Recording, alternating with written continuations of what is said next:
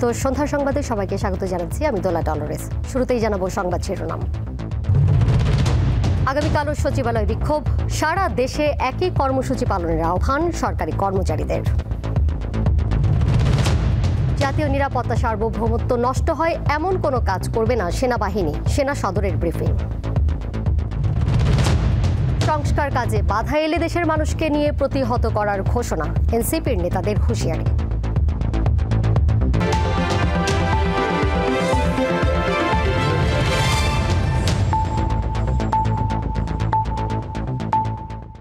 সরকারি চাকরি সংশোধন অধ্যাদেশ 2025 প্রত্যাহারের দাবিতে আগামীকাল সচিবালয়ে আবারও বিক্ষোভ মিছিলের ঘোষণা দিয়েছে বাংলাদেশ সচিবালয় কর্মকর্তা কর্মচারী ঐক্য ফোরাম। একই সঙ্গে কর্মসূচি পালনের জন্য সচিবালয়ের বাইরে সারা দেশের সরকারি দপ্তরের কর্মচারীদের প্রতি আহ্বান জানিয়েছে সংগঠনটি। এদিকে আজ তৃতীয় দিনের মতো বিক্ষোভ মিছিল ও সমাবেশ করেছে বাংলাদেশ সচিবালয় কর্মকর্তা কর্মচারী সংযুক্ত পরিষদ। এ সময় চাকরি অধ্যাদেশ প্রত্যাহার না হলে কঠোর কর্মসূচির হুমকি দেন তারা। এরপর সংযুক্ত পরিষদের উদ্যোগে প্রতিবাদ ও বিক্ষোভ মিছিল হয়। এটি পুরো সচিবালয় প্রদক্ষিণ করে। বেলা 11টার দিকে তাদের সঙ্গে যোগ দেয় সচিবালয় কর্মকর্তা কর্মচারী সংযুক্ত পরিষদের আরেকটি অংশ। এ সময় বিক্ষোভকারীরা বিভিন্ন ধরনের স্লোগান দেন। বিভিন্ন মন্ত্রণালয় এবং বিভাগের কর্মকর্তা কর্মচারীরা কাজ রেখেই বিক্ষোভে অংশ নেন।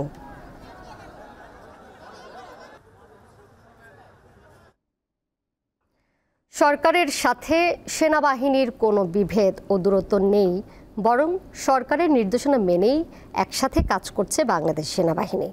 সোমবার ঢাকা সেনানিবাসের অফিসার্স মেসে সেনা সদরের ব্রিফিংয়ে এই কথা জানানো হয়। এতে বলা হয়, মানুষের জানমালের নিরাপত্তা, মব ভায়োলেন্স এবং জনদুর্ভোগ সৃষ্টি করতে পারে এমন সব কর্মকাণ্ডের বিরুদ্ধে কঠোর অবস্থান নেবে সেনাবাহিনী।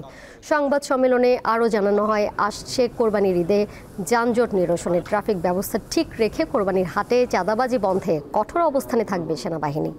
সম্প্রতি কেএনএফের 30,000 ইউনিফর্ম পাওয়া নিয়ে সাংবাদিকদের প্রশ্নের জবাবে বিষয়টি খতিয়ে দেখা হচ্ছে বলে জানায় সেনা সদর।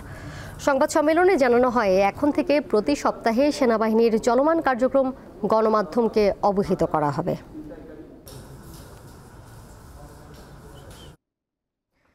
দ্রুত নয়, বরং স্বচ্ছ ও সুষ্ঠু নির্বাচনের জন্য সামগ্রিক প্রক্রিয়া সম্পন্ন করে বিচার ও সংস্কার শেষে নির্বাচন হওয়া উচিত বলে মন্তব্য করেছেন জাতীয় নাগরিক পার্টি এনসিপির উত্তরাঞ্চলের মুখ্য সংগঠক সার্জিস আলম। বিচার সংস্কার ও জুলাই ঘোষণাপত্রের দাবিতে দুপুরে নীলফামারীর ডোমারে এক পথসভায় তিনি এসব কথা বলেন। আওয়ামী লীগের আমলে খোদ দুর্নীতি দমন কমিশন দুর্নীতির আখড়ায় পরিণত হয়েছিল বলে উল্লেখ করেন সার্জিস। আরও বলেন, ওই সময় দুদককে ব্যবহার করে রাজনৈতিক ফায়দা নেওয়া হতো। সার্জিস আলম বলেন, দ্রুত সময়ে নির্বাচন করতে গিয়ে তা যদি স্বচ্ছ ও সুষ্ঠু না হয় তবে ছাত্র জনতার অভ্যুত্থান ব্যর্থ হবে।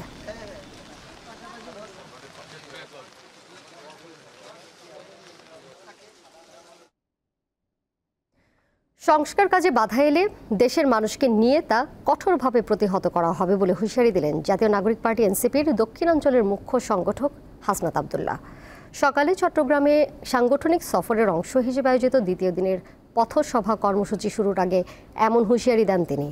হাসনাত আবদুল্লাহ বলেন, 5 আগস্টের আগে এনবিআর, কাস্টমস সহ নানা সরকারি প্রতিষ্ঠান দুর্নীতির আখড়ায় পরিণত হয়েছিল। সেসব প্রতিষ্ঠানের সংস্কার করা জরুরি হয়ে পড়েছে। সরকার সংস্কার কার্যক্রম শুরু করেছে।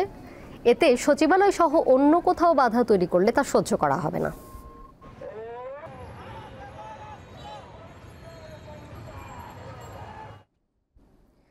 বিএনপির নেতা ইশরাক হোসেনের শপথ ইস্যুতে রিট খারিজের আদেশের বিরুদ্ধে চেম্বার আদালতে আবেদন করেছেন রিটকারীর আইনজীবী। সোমবার এ আবেদন করেন রিটকারীর আইনজীবী জহিরুল ইসলাম মুসা। এর আগে গত 22 মে ইশরাককে ঢাকা দক্ষিণের মেয়র হিসেবে শপথ না পড়ানোর নির্দেশনা চেয়ে দায়ের করা রিট খারিজ করেন বিচারপতি আকরাম হোসেন চৌধুরী ও বিচারপতি দেবাশিস রায় চৌধুরীর হাইকোর্ট বেঞ্চ।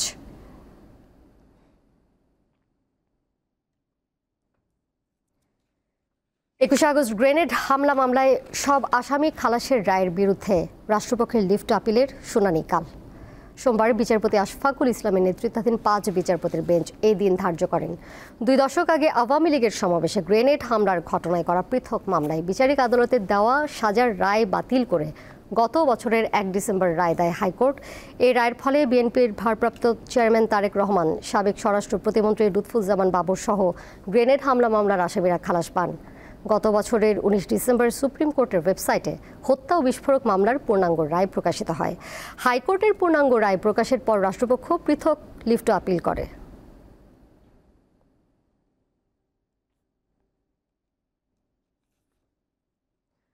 সম্পদের তথ্য গোপন ও জ্ঞাত আয় বহির্ভূত সম্পদ অর্জনের অভিযোগে দুদকের দায়ের করা মামলায় 3 বছরের সাজার বিরুদ্ধে বিএনপির ভারপ্রাপ্ত চেয়ারম্যান তারেক রহমানের স্ত্রী জুবাইদা রহমানের আপিলের শুনানি শেষ হয়েছে। আগামী বুধবার বিচারপতি মোহাম্মদ খসরুজ্জামানের একক বেঞ্চ রায় ঘোষণার দিন ঠিক করেছে। খালাস হয়, এই খালাসের বেনিফিট যেটা, এটা যদিও নন অ্যাপিলিং অ্যাকিউজ, কিন্তু এটা আপনারা জনাব তারেক রহমান সাহেবকে দিতে পারেন।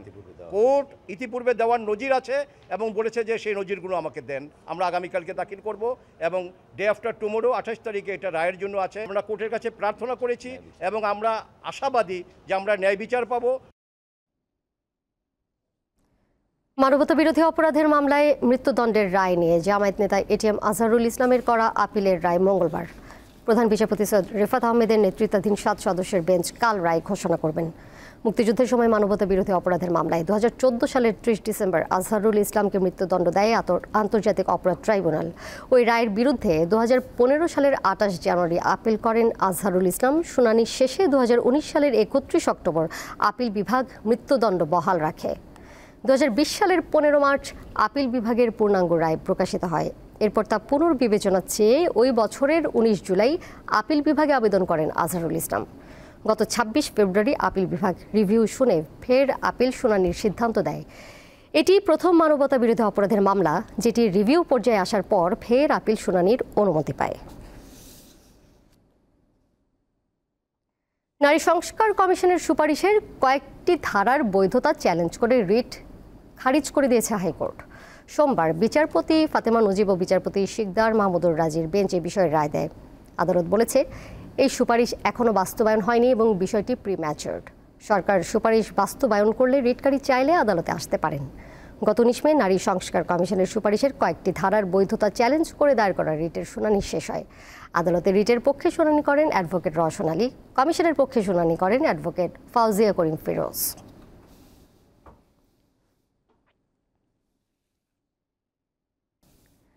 সুষ্ঠু নির্বাচন যতদিন দেরি হবে দেশে ততই সংকট বাড়বে বলে মন্তব্য করেছেন বিএনপির স্থায়ী কমিটির সদস্য আমির খসরু মাহমুদ চৌধুরী। সোমবার ঢাকা রিপোর্টার্স ইউনিটির প্রতিষ্ঠাবার্ষিকীর অনুষ্ঠানে তিনি কথা বলেন। আমির খসরু আরও বলেন, দেশে যতদিন পর্যন্ত গণতন্ত্র পুনঃপ্রতিষ্ঠা না হবে মিডিয়াও ততদিন স্বাধীন হবে না। অগণতান্ত্রিকভাবে যারা ক্ষমতায় থাকে তারা মিডিয়াকে চাপে রাখে। আগামীতে মানুষের জন্য দায়বদ্ধ সরকার প্রয়োজন বলেও উল্লেখ করেন বিএনপির এই নেতা। রাজধানীর তুরাগে রায়দা বাস ডিপোর মালিক আনোয়ার হোসেন শিকদারকে হত্যার ঘটনায় 3 জনকে গ্রেপ্তার করেছে ঢাকা মহানগর পুলিশ। রবিবার আশুলিয়া ও দিয়াবাড়ি এলাকায় অভিযান চালিয়ে তাদের গ্রেপ্তার করে তুরাগ থানা পুলিশ।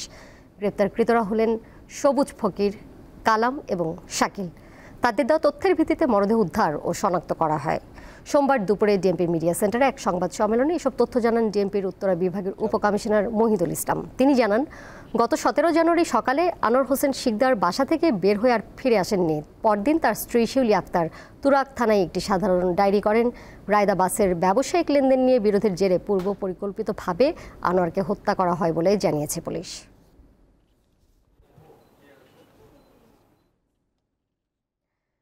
ঈদুল আজহা উপলক্ষে রেলের অগ্রিম টিকিট বিক্রি শুরু হয়েছে।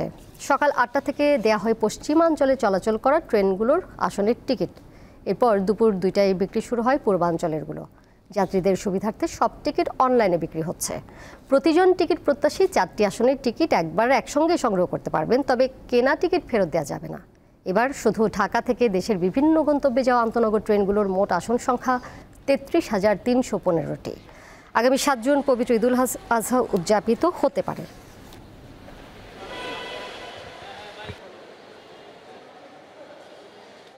আন্তর্জাতিক প্রসঙ্গ, ফিলিস্তিনের অবরুদ্ধ গাজা ভূখণ্ডে একটি স্কুলে হামলা চালিয়েছে ইসরায়েল। এতে 19 জন নিহত হয়েছেন। নিহতদের মধ্যে 2 জন রেডক্রস কর্মী এবং 1 জন সাংবাদিক। স্কুলটি একটি আশ্রয়কেন্দ্র হিসেবে ব্যবহৃত হচ্ছিল। নিহতদের মধ্যে মাত্র 11 বছর বয়সী গাজার কনিষ্ঠতম সোশ্যাল মিডিয়া ইনফ্লুয়েন্সার ইয়াকিন হাম্মাদুর রয়েছেন। এদিকে স্পেনের রাজধানী মাদ্রিদে ইউরোপ আরব বিশ্বের 20টি দেশের পররাষ্ট্রমন্ত্রীদের একটি সম্মেলন বসেছে। সেখানে ইসরায়েলের বিরুদ্ধে আন্তর্জাতিক নিষেধাজ্ঞা আরোপের বিষয় নিয়ে জোর দিয়েছে স্পেন। সম্মেলনের মূল লক্ষ্য ছিল ইসরায়েল ও ফিলিস্তিনের মধ্যে দুই রাষ্ট্রভিত্তিক সমাধানের জন্য আন্তর্জাতিক সমর্থন একত্র করা। ফিলিস্তিন রাষ্ট্রকে স্বীকৃতি দেওয়ার ঘোষণা দিয়েছে দক্ষিণ ইউরোপের দ্বীপ দেশ মাল্টা।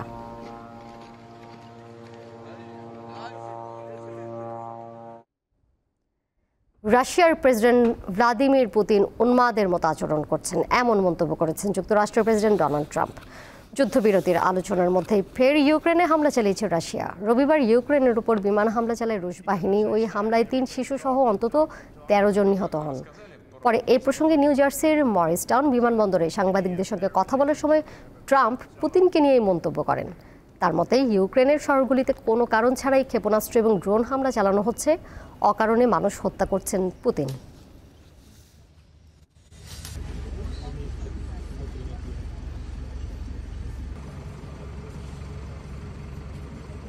I can tell you that for so many years, even as I sat, everybody talked and talked and talked about. জানিয়ে দেব খেলার খবর। 5 অভিজ্ঞ ফুটবলারকে ছাড়াই ত্রিদেশীয় সিরিজ খেলতে জর্ডান গেছে বাংলাদেশ জাতীয় নারী ফুটবল দল। আসন্ন এফসি নারী এশিয়ান কাপ কোয়ালিফায়ারের প্রস্তুতির অংশ হিসেবে এই সিরিজ খেলছে বাংলাদেশ। 31 মে ইন্দোনেশিয়া ও 3 জুন জর্ডানের বিপক্ষে মাঠে নামবে বাংলাদেশ। সেই সফরের জন্য 23 সদস্যের চূড়ান্ত দলে জায়গা হয়নি সাবিনা খাতুন, মাসুরা পারভিন, মাতসুশিমা সুমাইয়া, কৃষ্ণা রানী ও সঞ্জিদা আক্তারের। ভুটানের লিগে আলো ছড়াচ্ছেন সাফজয়ী অধিনায়ক সাবিনা। তবে কোচ পিটার বাটলারের মতে ভুটানের লিগ ও জাতীয় দল এক নয়। কোচ বলছেন বাংলাদেশের হয়ে খেলার জন্য সাবিনা এখন ফিট নন।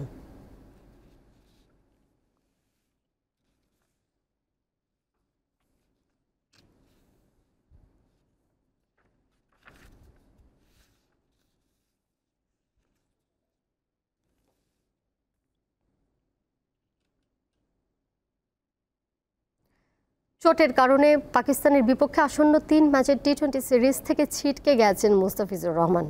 রবিবার সংবাদ বিজ্ঞপ্তিতে এই তথ্য নিশ্চিত করেছে বাংলাদেশ ক্রিকেট বোর্ড। মুস্তাফিজের বাম হাতের বুড়ো আঙুলে ক্লিপ ফ্র্যাকচার ধরা পড়েছে, যার ফলে তিনি কমপক্ষে 2 সপ্তাহের জন্য মাঠের বাইরে থাকবেন। মূলত দিল্লি ক্যাপিটালসের বিপক্ষে ম্যাচে চোটে পড়েন মুস্তাফিজ। দিল্লি ক্যাপিটালসের হয়ে 3 ম্যাচে 21.75 গড় ও 7.91 ইকোনমিতে নিয়েছেন 4 উইকেট। তার বিকল্প হিসেবে পেসার খালেদ আহমেদকে দলে অন্তর্ভুক্ত করেছে বিসিবি নির্বাচক কমিটি।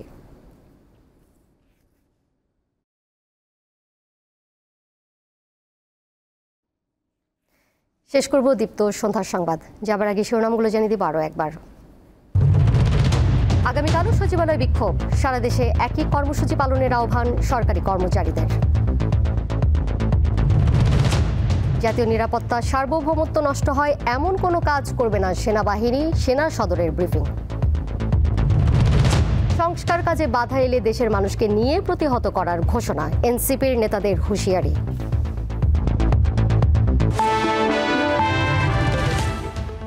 এই ছিল এখনকার মতো। পরের সংবাদ দেখবেন রাত 11টায়। এছাড়াও আরও তথ্য এবং বিনোদনের নানা খবরাখবর জানতে যুক্ত থাকুন দীপ্ত ডিজিটাল প্ল্যাটফর্মে। ধন্যবাদ সবাইকে এতক্ষণ সাথে থাকার জন্য।